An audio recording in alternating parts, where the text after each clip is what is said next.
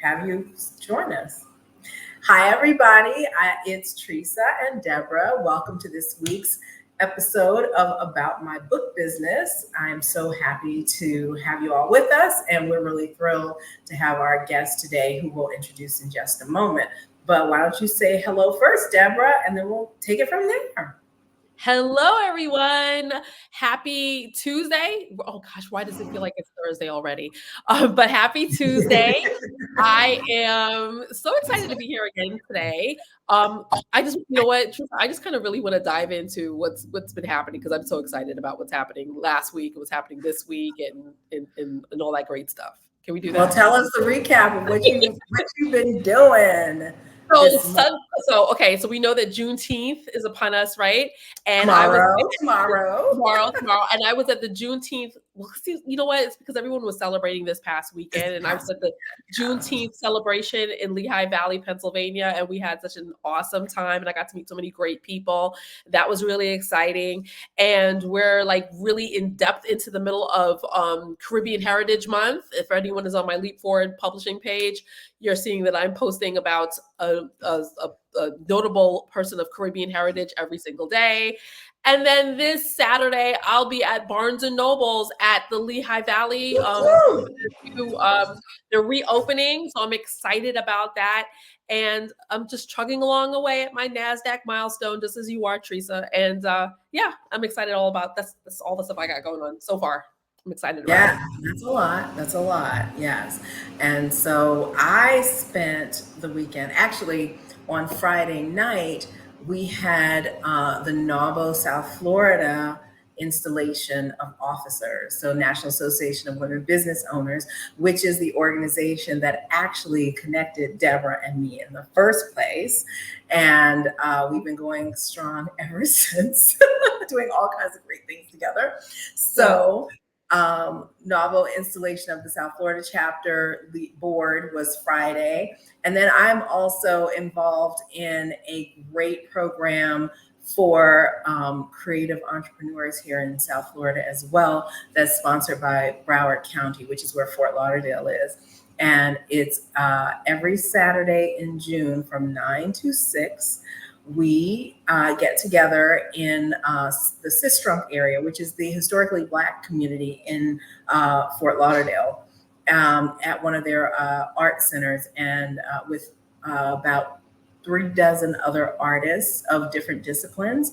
And we are working on our business strategy and planning and learning some great things from some very influential people in the arts community here in Fort Lauderdale. So had a great session on Saturday, got to learn about some really awesome public art projects, as well as got some strategies for creating a great business plan. So I'm loving that. And then, yes, working on the Milestones Circle goal, which is my greeting cards and stationery business. So very excited about that coming along, and we'll share more on that as the weeks come. But very, very excited about the work that I'm doing. Yes. That is awesome. But you know what I'm excited most about? The fact that we are talking with author and owner and founder of Books to Inspire, Kira Parris Moore. How are you today? Hey, Kira. Good. And so thank you for the warm welcome. Of course. And we first want to hear about what is your win for last week, and what is something that you're looking forward to this week? So I also participated in a Juneteenth event. It was on Saturday. It was in downtown Fayetteville, an outdoor event. And, you know, it was my first event or first pop-up all year. I have kind of scaled back from doing pop-ups. And so it was a good experience. It was hot, but it was, I had the kids with me. My husband was with me, so we made it a family thing. And, you know, we had it was a good feet first experience, you know, kind of got me back on track with, you know, understanding that all that went into, or all that goes into pop-ups. So that was that. And I don't know. I'm trying to think about what you said, what was my win? And then what was the second question? What are you looking forward to this week? business-wise? Aside from being my business about my book business, of course. Right. Okay, book business. Okay. I don't know. I have, like I said, I don't do a lot of pop-ups. So for book business, well, I would say what I'm looking forward to, but another accomplishment that I did was I'm getting more organized with my business. So my husband created a whole spreadsheet to keep track of, my expenditures and my revenue. And I'm looking forward to that, keeping up with that in the future. So that for me is a big part of business, is keeping organized. And I'm glad that I'm making steps towards doing so. That is awesome. That is huge, because that's huge. Like the big challenge, right? With any business, and certainly with book business, because that's just not our way, where our brain goes with our work. And so having somebody who's a resource is absolutely phenomenal. I have someone helping me too, and I can totally relate. It makes a huge difference in relieving your stress. So absolutely great. That's awesome. That is awesome. So we want to get first started on talking about how you even started on this whole journey, because I know that you are a mental health professional and you've been so for over 20 years. So what inspired you to start writing children's books and getting, and just becoming an author in general? Well, what inspired me, I would say, was my son. So in 2019, I had a conversation with my son's teacher about the fact that, he would be sent to do computer work. And instead of doing computer work, he was looking up videos on YouTube about cooking. And she said to me, I think he's going to be a chef, Kira. I really think that that's what his dream or his plan in life is going to be. And at that time, I would say I had kind of lost hope for my son, in the sense that I didn't know what he would become, or what he had the ability to become, because of the fact he was nonverbal. So my son is autistic. I didn't mention that. My son is autistic. And, if you're not an autism parent or caregiver, you may not understand the gravity or the magnitude of the challenges you deal with autistic children. And, sometimes you do get into a funk where you feel like, is my child going to be able or capable of having enjoyment in their life, or having something that they can pursue, or some sort of, goal that they can actually achieve and accomplish. And so when she said that to me, a light bulb sparked in me that said, you know what, let me start looking at expanding on, through fiction, on his life as this chef, right? And then Tresa Chef was born. And so from there, I created my first book, which was like the original Tresa Chef book. And, it was a shorter book. It was mostly for younger children, 4 to 6. And it was just a general overview of Trey, his personality, the things that he liked to do when it came to cooking. And then from there, book number 2, I think, came out in 2021. It was about Trey being at a camp that was for neurotypical kids, a cooking camp. So Tresa Chef Cooking Camp was born from that. And that, again, came from my own experiences of taking Trey to, I think it's called Flower Power. They were having cooking classes specifically for children that were special needs. And they offered it for free, and it was on the weekends. And so because of that experience, I said, wouldn't it be nice to create a story where he gets to experience being at a cooking camp with neurotypical kids, to kind of showcase his talent, but also to, of course, highlight the challenges as well. Like, not highlight, I would say to show or explain the challenges of being in that kind of setting and maybe having a little bit of sensory overload. And then from there, I created my third book, which came out in 2024 and 2023. And that book was on Tresa Chef going to Parris, which we have not done yet, but our plan is to go to Parris one day. And that is actually my birthplace. I was born in Paris, France. And so, I just gleaned off a lot of my experiences in Paris. I worked with a Canadian illustrator who understood, French and helped me with some parts of the book. And so that was the third book in the series. So in between those times, I also create books on mental health because I'm a therapist. As you said, I'm a child therapist, or I was a child therapist and still a therapist, but I don't do direct care. And so from my mental health experience, I created different children's books on different topics such as anxiety. That came out around the time of the pandemic, around 2020. I created a book on anorexia nervosa, which is, yes, a physical condition, but based on a mental health issue. And so I call this whole series my Heroes We Know series. And basically, these are people who all have challenges, whether it's developmental, whether it's mental health, but they're able to still get up every day and pursue their dreams and their passions. So yeah, that's the short story long of how I came to kind of start writing children's books. I was just going to ask, so in terms of your, like choosing to self-publish or taking the avenue that you chose to go for publishing, what made you take the particular approach you did? For me, when I was starting off the journey of publishing, I was kind of on the fence.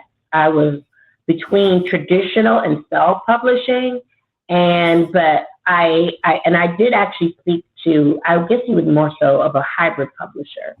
And, what I found from that experience was it would cause me to relinquish a lot of my creative control.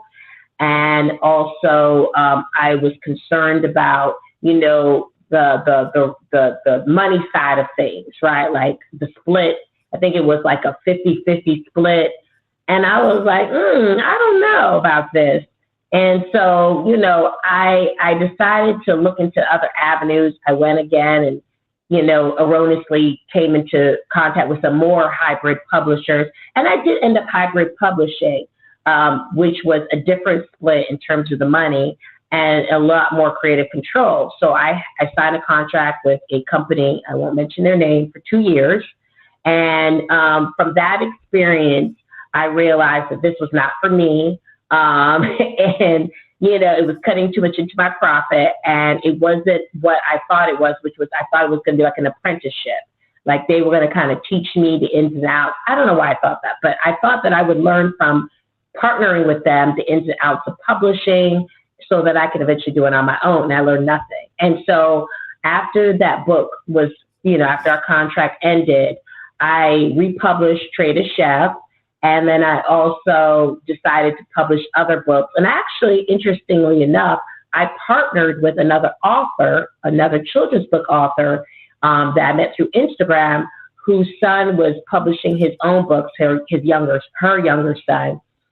She was helping him publish it, but he was the creative behind it. And we kind of had a peer mentorship relationship. And so she taught me what she knew that I was kind of weaker in, like I was more weaker in the technical side of things. And I helped her with the aesthetics of her book and, the story formatting and all that. So we kind of, leaned on each other's strengths. And so from her, I was able to publish my second book, which was Susie the Dressmaker. And that just speaks to me about the power of mentorship, because if I had not had her when I was going through that process of starting off in self-publishing, I don't know what I would have done, because it's so expansive, all the information you have on the internet, and there's really no clear direction on which way to go. And for me, having someone that actually had published before and could say, this is what you do, this is what you don't do, it was very, very, very informative and helpful for me. So yeah, I that's how I kind of came to where I'm at right now. So I feel very comfortable now, obviously, for publishing all my books in the realm of self-publishing, but I definitely was not comfortable in the beginning. Love that. Okay, and I'll just put up your website so people can see how to find you. Go ahead, Deb. I know you wanted to I'm ask. assuming that that's how Books to Inspire was born, basically, out of your need to have a little bit more creative control and to publish your books yourself. And so will all your books be published, I'm assuming, under Books to Inspire? Yes, that's going to be my imprint. That is my imprint. And so all further books will be published under Books to Inspire. I don't see myself going the traditional route unless I get a really good deal, you know. So, yeah, future books will be published under that imprint. Will you be publishing anyone else's books? Is that an aspiration of So yours? here's the thing. So I do have a author coaching, part of my business, which is my way of being able to give back and help people or folks that were in my same position, overwhelmed, feeling helpless, wanting to publish a book, don't know where to start. For me, I am not ready to accept the publishing aspect of someone else's books because of my limits with time, and it not being feasible right now for me. I also know there's accounting part of that I am just learning to get really good with for myself. And so before I go down that route, I would prefer that I get my own stuff in order because I'm kind of a last minute person, okay? And I'm one of the people that rush right before taxes are due and try to gather all the receipts and all the different things. So for me, I would like to become better organized. That's why I'm very proud of me putting this stuff in the spreadsheet. I need to get better organized with that and get more accustomed to that part. And then for me, I was comfortable taking on someone else, but I don't want to jack up anybody else's stuff, especially when it comes to taxes. So not right. Not right now. I get you. I have a couple more. I just want to go back a minute because I have a couple more questions, and I know Tresa has a bunch of marketing questions that she wants to know all about your marketing plan. But I just wanted to know. So your books are steeped in mental health and dealing with mental health issues, and addressing them for children. How do you approach breaking down like complex mental health concepts for children? Because what is the age group for your books? So my age group is it is 4 to 12. I'm going to switch you guys to a different Bluetooth because this one is dying, and if I'm not on Bluetooth, you guys are not going to be hearing me. So home. Okay. No problem. We don't want to lose you.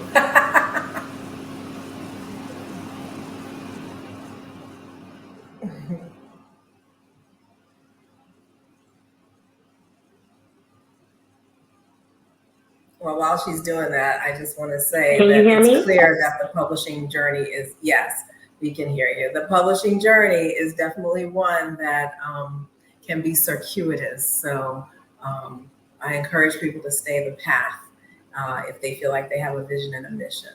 So go ahead, Kira. Okay. Yes. So repeat the question again for me, please. I'm sorry. How do you, well, I was asking what is the age group for the books, and then how do you break down, complex mental health concepts for children so that they can understand? So the age group for the books is like 4 to 12. And in terms of how I break down the concept, so when it comes to, because I'm a therapist and I have a degree in psychology, okay, and because of my experience working with kids, I know how to kind of frame the book in a way where it's child-friendly language, right? I take into account when I start off doing a book, even if it's on a complex topic, how much text am I going to include? What kind of illustrations I have, that would be appeal to age, and also, just making it, like I said, child appropriate for that age range. I don't try to talk above a child's head, just like I would talk to a child in the therapy room with me. I talk to them the same way in the book. So, it's just a matter of understanding. Of course, like I said, because I have that degree in psychology, I have a little bit of an edge with that kind of stuff where I know how to write it so kids get it. I know how to talk to kids so they can get it. But I also, for example, I would say with one of my books, and I didn't mention this book, I have a book on substance abuse, which I'm really proud about just simply because my specialty is just mental health. And, substance abuse is a specialty in itself. And so, with that book, I did incite the help of a licensed clinical addiction specialist to write her contribution of the book.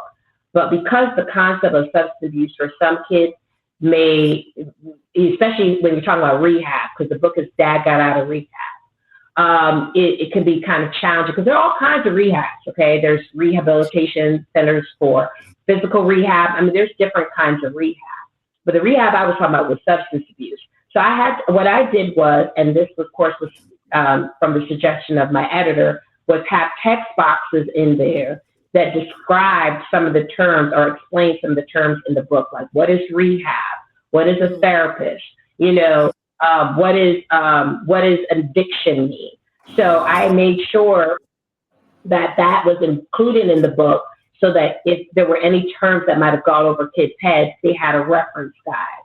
And so, there's just different things that I did to ensure that kids understood the concepts. Most importantly, in each book, there's an activity. I believe in takeaways. So there's an activity where they can practice some of the different things that I mentioned in the book. Like for anxiety book that I have, Susie the Dressmaker, in the back of the book, there's a meditation activity, a very descriptive meditation that I actually used to do with the kids myself. We call it guided imagery in the therapy world. But in the layman terms, it's just a meditation, a guided meditation activity. And it walks them through how to do it. Then it also gives them a place or a space where they can draw their safe place. So it's just doing all the things so that the kids can really grasp the concept. And, great thing about a book is you can read it again and again and again. So if you don't get the first time, you'll get it the second time or you'll grab something different out of it. So that's what I love about books. So, yeah, that's what I do to try to help kids take in or digest some of what I'm talking about in the book. Well, there is still a lot of stigma about seeking mental health care, right? Treatment for mental health. And so as I listen to you and you're talking about something that's in the community, I'm just wondering how you approach that or what factors you consider when you're engaging with the community and trying to get the books out, get the stories out, and also wondering how the books actually help overcome the stigmas. Yeah. Interestingly enough, people are very receptive to my books. So when I'm out in the community on vending, I find that I don't have a lot of pushback. People are like, wow, this is, because it's different, right? And so, I think specifically in our community, the Black community, we've come a long way, but there's still a ways to go. I was part of actually an audio room just the other day, actually yesterday, and it wasn't initially a conversation about that mental health, but it turned into one. And one of the gentlemen who was a military guy, his background was in the military, was just like, I just don't understand why people need to just suck it up. Stop crying, stop whining, and just suck it up and just, do what you need to do, And one guy was like, no. Like, let's not, like he got very upset because of the narrative that this guy was perpetuating, because the other guy actually had experience with having family members who had chronic mental illness. And I think one of them died by suicide, And so he got very, very irate at what the other person was saying about just suck it up and get over it and move on and, and figure it out on your own. And so, that just showed me how polarized our community is with mental health. And I had to say, listen, for some people, they can take a very direct and very approach to their mental health, and go and, do yoga or exercise, or, read some books, self-help book, and it could help them and they are fine and they can bounce back. But some, they need a therapist. They need medication, because there were people that were saying they just want to have us all on medication. And I couldn't believe I was hearing these conversations in 2024, right? Like, we're here, I even heard someone say, therapists just want you to get hooked to them so that you use them forever. And then, that they can never, and they can, I guess, we can benefit from getting, their money. Like, we're in the business of keeping people in therapy. And as a therapist, I had to speak and say, therapists here, no. We're not in that business. We want you to heal. We want you to get better. We use the things that are inside of you to bring them to the forefront, to give, the inner tools, the resources inside of you to help you be able to, find your path. We don't give you advice. We don't tell you what to do. So it's still that misinformation still coming out every day. And we don't prescribe medication, because they lump therapists and psychiatrists on. I'm like, first of all, we don't prescribe medication. That's not what we do. We're therapists. We're not MDs. Psychiatrists do that. But some people have a clinical condition that needs medication. There's just no way around it. You can't expect a schizophrenic person to not be on medication. That's the only treatment for them. They have a chemical issue in their brain that requires it. Some people are clinically depressed because of chemical issues. They're not getting enough of, I don't know, all the chemicals. They don't get enough dopamine, right? Some people have anxiety and they're saying that brain difference, okay? So ADHD too, brain difference. So that causes them to be more impulsive. So we got to look at mental health, and I think that we still have a ways to go with this. We have to look at mental health like a physical health condition. It's like, because people can't see it, they're like, oh, well, you're just weak and you need to get strong enough so that you could do this on your own. No, it's something the same. It's a physical health condition. You have a broken leg, you go to the doctor, you get the doctor to fix your broken leg. If you have a broken sense of self-worth, you go to a therapist that helps you mend that. The same thing, and people still talk sideways out there, and it can cause, people who are struggling to feel like, why even try? I'm the one that's broken, and that can cause some situations for that person, right? Because they don't feel like anybody understands what they're going through. So, Kira, let me ask you this question. So, because this is about my book business, you're writing these books and you're writing them for children, but it seems like they're written in a way that maybe even it could be helpful to the parent that maybe is reading it to the child. And of course, because you're a mental health professional and you're obviously very passionate about it, do you think that these books can be used kind of like as a platform for maybe for you to speak about the issues that are in our community, about the negative connotation of that is in our community about mental health and about seeking help for it? Yeah, and I definitely, I'm glad you mentioned that, because I definitely need to do more of that. I think, I'm kind of pulled in a lot of different directions, to be honest. And, I think, to be honest with you, I thought we had come a lot further for some reason. I think that with everybody pushing the social emotional learning, and, you see all these mental health summits happening and all these things, I just think I felt that we had gone a lot further to accepting the different challenges people with mental health had. And then when I heard the conversation I heard the other day, I said, wow, there is still so much work to be done. And yes, I do need to probably have more of these conversations, maybe on lives and different things. And actually, I'm doing a live, just a little plug. I am doing a live on IG tomorrow, and I'm going to be talking about my brand story. So what the therapist behind the brand. And I'm going to inject a lot of the things that I'm talking with you guys about today, about mental health, about how we still have a long ways to go, in our community about accepting it and understanding it, because we all have someone in our family that's dealing with something with mental health. All of us, either mental health or substance abuse. Nobody can say they don't have somebody. And maybe they don't talk about it because they're ashamed or, whatever, or they do talk about it and it's challenging because it's frustrating. But so we all have to get to it and understanding and be willing to understand it better to help that loved one, right? So anyway. So when you think about that, and from a marketing perspective, I always think about, getting testimonials as part of the process of promoting your brand and your stories.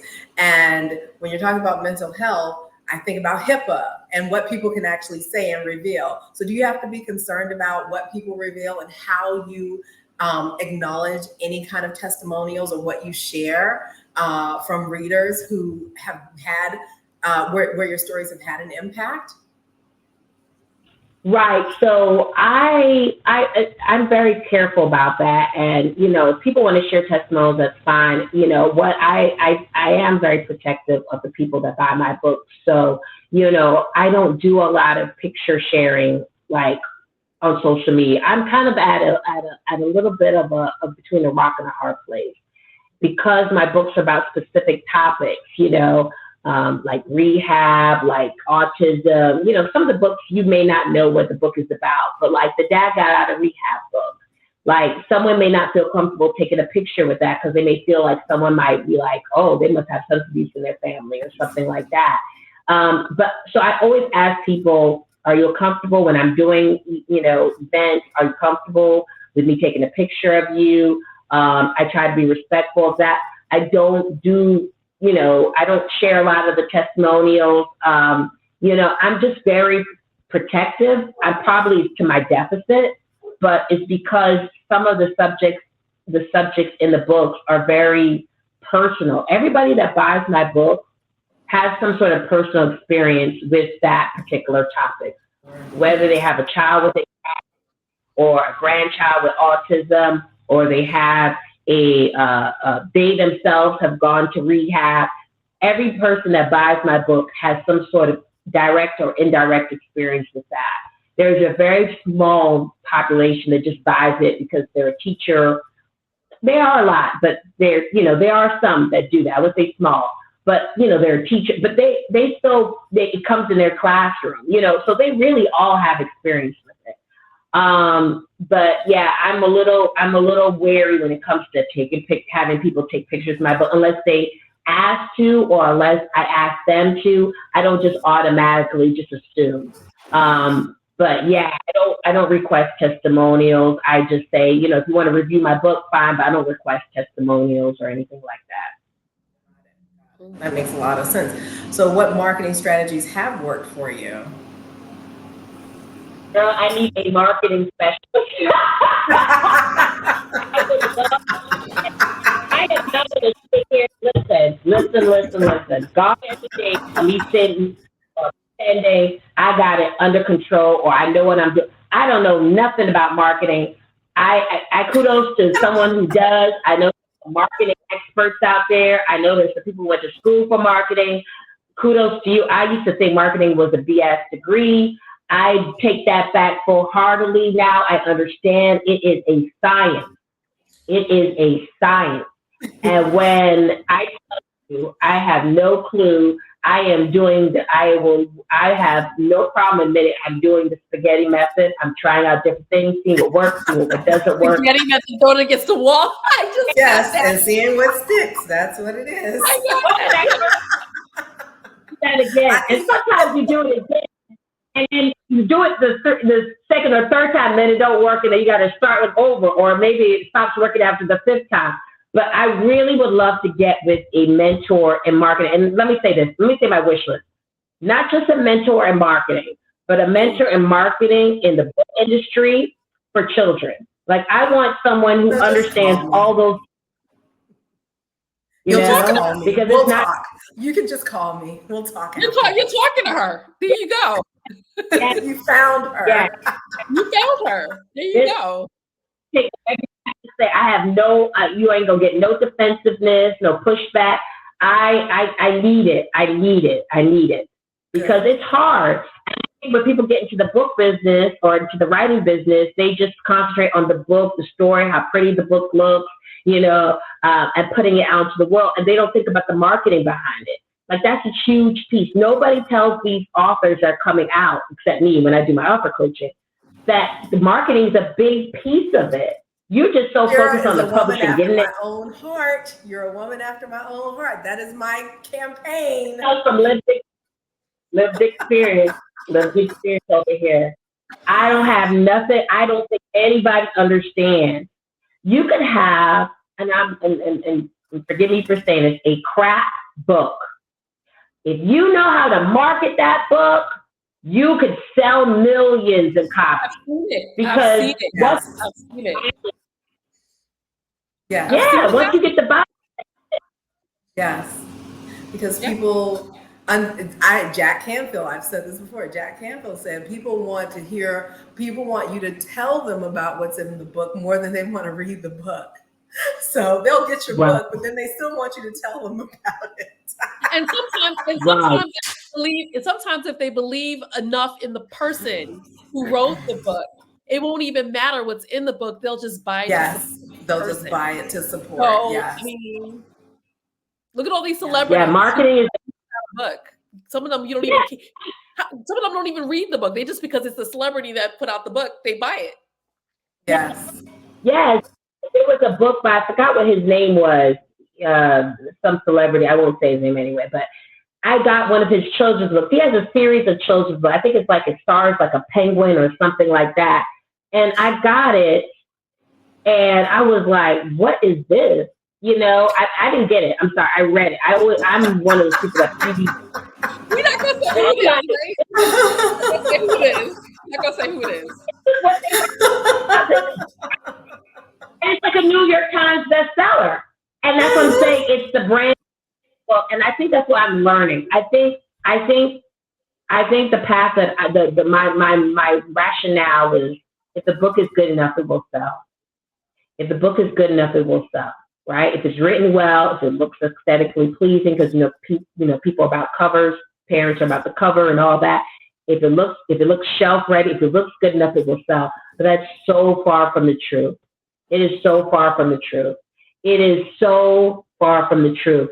When I tell you these books that are popular, that are selling out, are not worth even, I wouldn't even want to bring them home to my kids.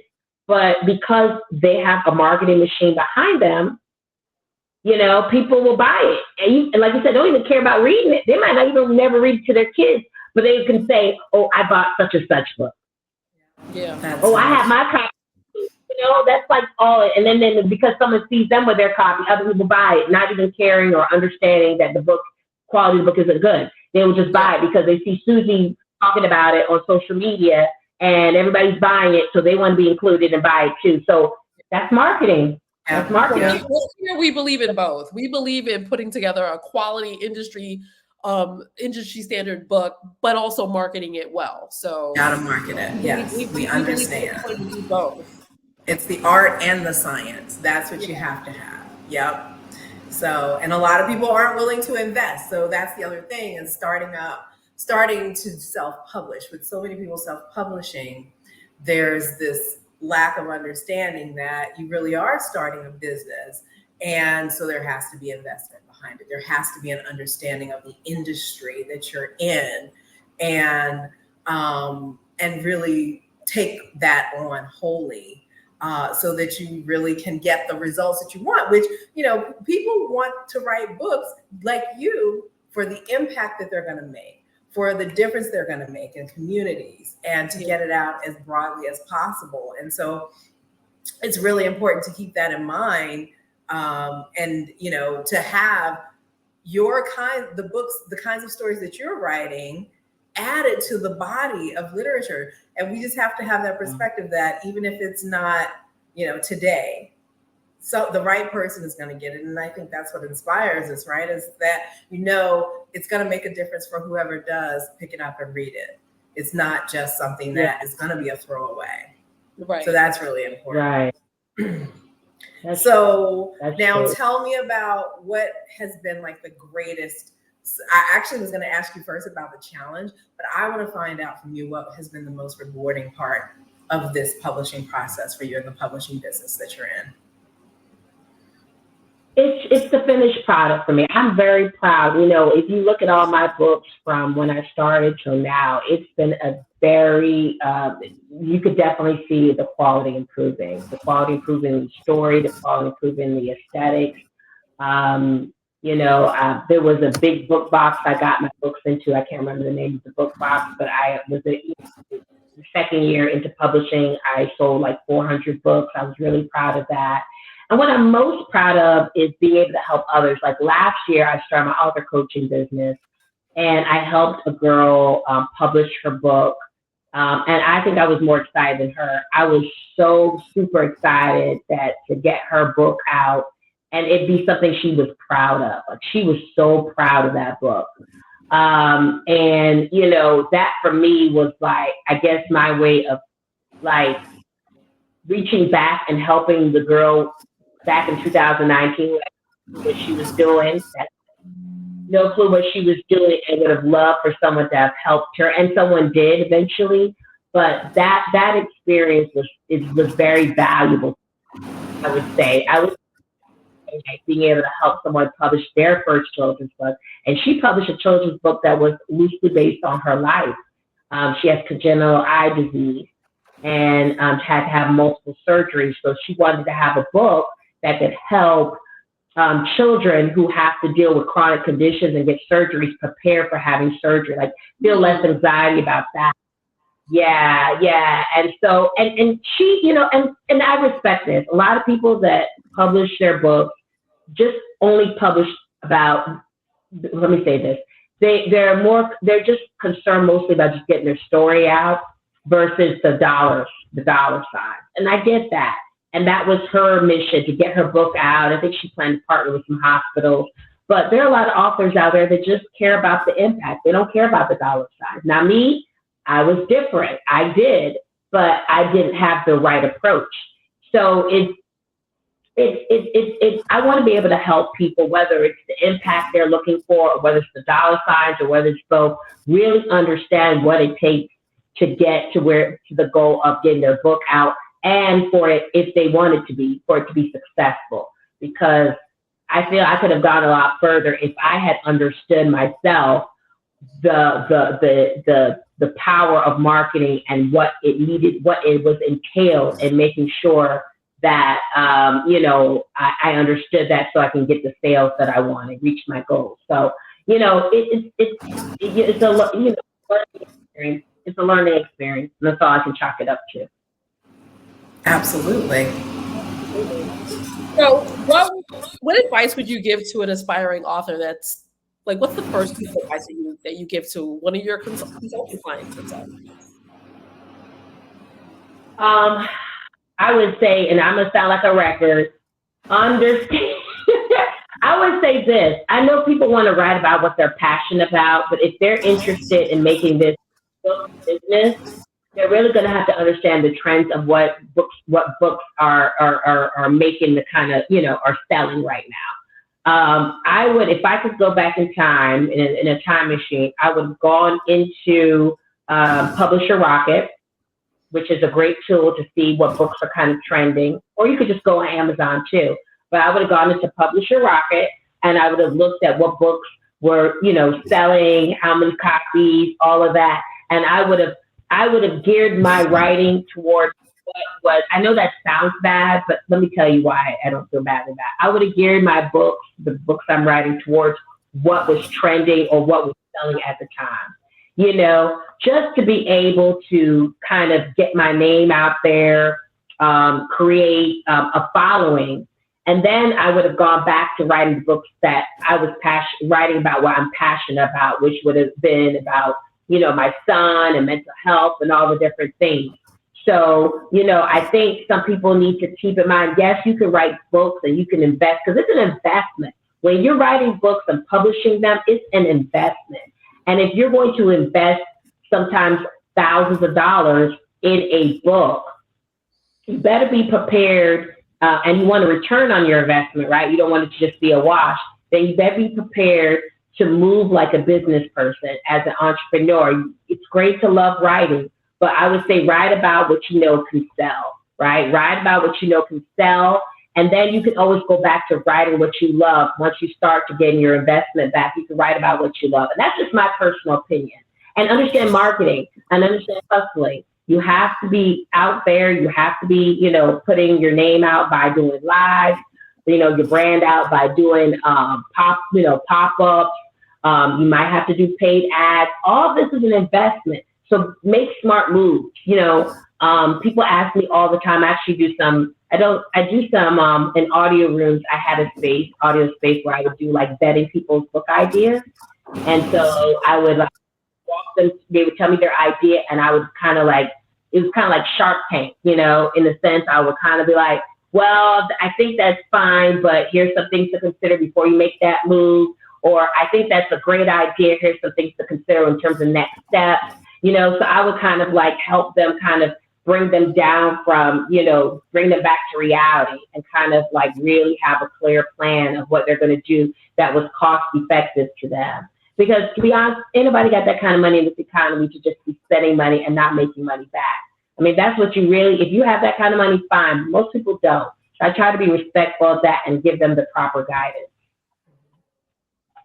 Great. That's great insight. Yes. That's very great insight. And thanks for that tip. Publisher Rocket. We're going to look into that. I love that. Well, it makes sense, right? Because that's what the major publishers do. They, they look at the trends and they look at what's selling, because they're not going to put a book out there that's not marketable, that no one is going to buy. So that makes sense to look at the trends, to establish yourself as an author first. And then that gives you I always used to tell my son, do what you want to do so that you could do what you have to do so you can later do what you want to do. And so, yeah, that's a good way to establish yourself as an author. And then you can get to write the things that you want to write, and people will invest and buy the book because you've already established yourself and have, your popularity and your niche as an author. So that makes sense. Well, and the other part of it is that lets you know industry-wise who you should be connecting to. What are those opportunities? What are the partnerships that you need to create as a business? Because that's something that a lot of times we don't really think about. Yes, we want to connect with our readers, but at the end of the day, the way that you're going to reach more of your audience is through those strategic partnerships with other businesses, brands, and platforms. So that's another piece that you really are putting up front. And so it's definitely a strong takeaway. So thank you, Kira, for that. Definitely. Yeah. And so we're going to wrap up. And so I want to thank you, Kira, again. I want to know if there's any last bit of advice, or I want you to make sure that you share with us your your Instagram live tomorrow so we can post that to our group. But tell us anything else that's going on with you that you want to leave us with and leave the audience with. I just guess I want to leave the audience with, yes, check out my live tomorrow on IG. I'm under my company name, Books to Inspire, but it's without the first I. And I would just say, I would leave people with, I don't want people to feel like they can't write books. You can write books. You can, get your story out there, but really take the time to understand some of the things that we discussed, the marketing piece, looking at the trends, and recognizing that you're a business owner when you're a self-published author. You're embarking on business, right? You're going to have to do your file, keep your expenses and your expenditures in order. You're going to have to file taxes. You're going to have to do all the things. So make it worthwhile, right? If you're going to do this, then make it worthwhile and really have a strategy and a plan. I love that. I agree. Yes. I love that. Perfectly. All right. So I'm going to put that up. I found your Insta, so we're going to put you up there so folks can follow you and hopefully join you tomorrow live. And really want to take a moment to say thank you. I so appreciate all that you're doing, because so many families need this, and it's really great to have someone who is knowledgeable, who is an expert, who is accessible, who can explain things in a simple way. and is interested in sharing your knowledge and has that personal experience as well. So thank you so much, Karen, for all that you do. And I wish you the most success with your book. And yes, you will call me or I will call you so we can do some marketing.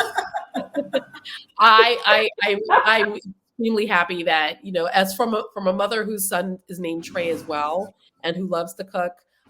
Yes, I'm so glad that you came on and you books that you're writing are really important, probably just as important to the parents who are going to be reading them than they are to the children who are listening to them. So yes, thank you so much. Absolutely. So thanks everybody for tuning in. Go ahead. Thank you. See you next week. Have a great night. See you next time on Take About care. My Big Business next Tuesday. Have a great one, folks. Bye-bye.